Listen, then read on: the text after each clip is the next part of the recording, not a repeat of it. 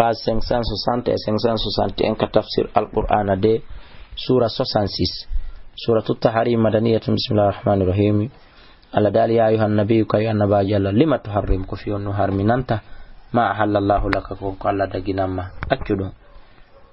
tabtaki da mardata azwajika welata benguli ma da go walla ghafurun ko yafatur rahimun ko yurmetedo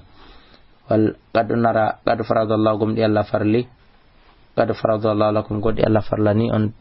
tahillata aymanikum no dagintinirto wondoje mon dem baawo on wondi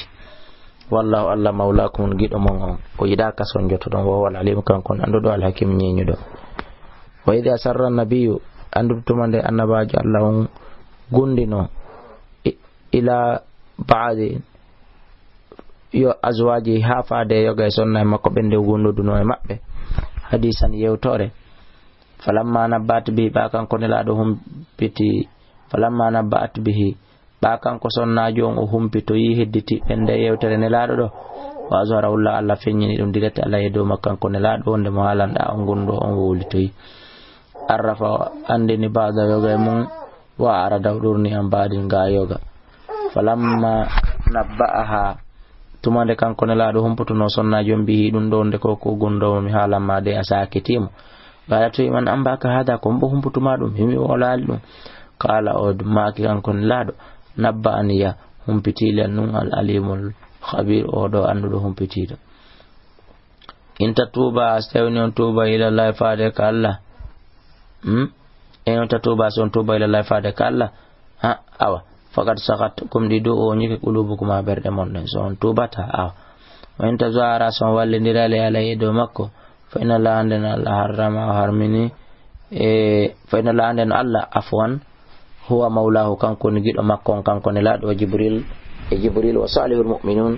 e gom dimbe moƴƴube ben fu wal malaikatu malaika kadi bada dalika wa annu fop zahirun ko be wallobe ne laado asana tanjina rabbu jo makko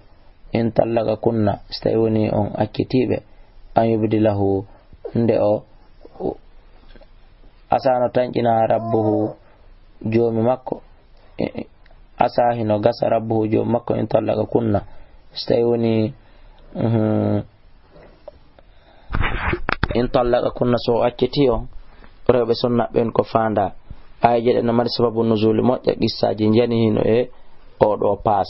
ma dum e gol do suratul tay o acci in tallaga kunna so acciti on yibdi lahunde Allah watti tan tamazuwajan sonnabe go khairam min kunna burbe moƴƴude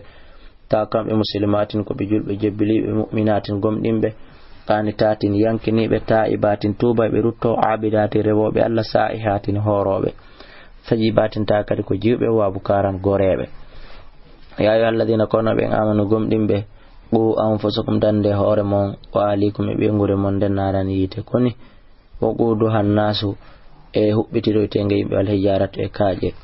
alaiha woni hore magge malaikatu malaika be relajun yaadube shidalun tidube la yasuna Allah wa tabi Allah la yasuna Allah be yeddata Allah ma amarahum konko kanko Allah yamiri be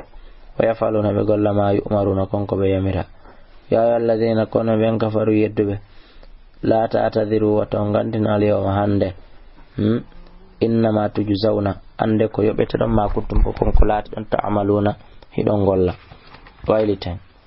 ya ayyuhalladheena kono be amanu gomdimbe tubu ruto ton ila Allah faade ka Allah harakadi tawbatan ko taw tubu bu yana subhanallahi do poyi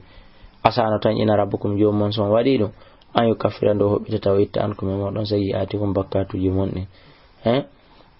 waydukhilakum onada jannatin yal jannaji tajrino ila min tata sengole majalan haru candi yawma la yakhzillahu an-nabiyya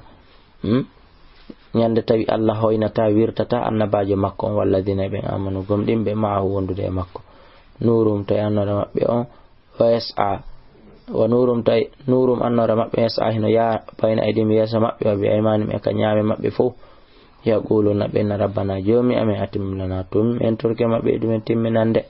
nurana annora ame on wa wafir lana ko doni ya fadame innaka an Allah ala kulli shay'in do kala huwa qadirun qawud ya ayuhan nabiy kayo annabaji Allah jahidil kuffara habu hefera ben sabu kafa wal munafiqina nafiqi ben sabu tajagol ɓe ñaaɗangol ɓe hoynugol ɓe wagluzu alayhim ñaaɗanaɓe moƴƴano wa ma'wahum werde maɓɓe ne jahannama ko yite jahannama wa bi'sal masir nge boni ruttorde noon daraballa Allah waɗi masala misal lilladina fi ɓeeɗo kafaru yedduɓe imrata nuhin ɓeygu nuhu on imrata lutu ne ɓeygu annabi lutu on kanata ɓe laatinoke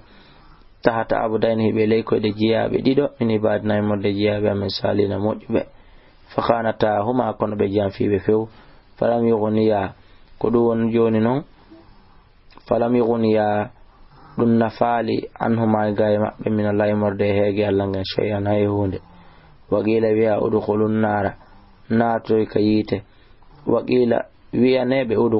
udkhulan nara naate ka yiite ma dakhilun de naatoɓe wa daraba Allah waɗi kadi masala misal lilladina wonande ɓen amanu gomɗinɓe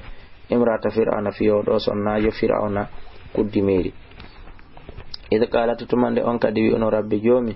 ibni lima hanan indaka kama da baytan suudu fil jannati ka aljanna wa najjini dandala min fir'auna immorde fir'aun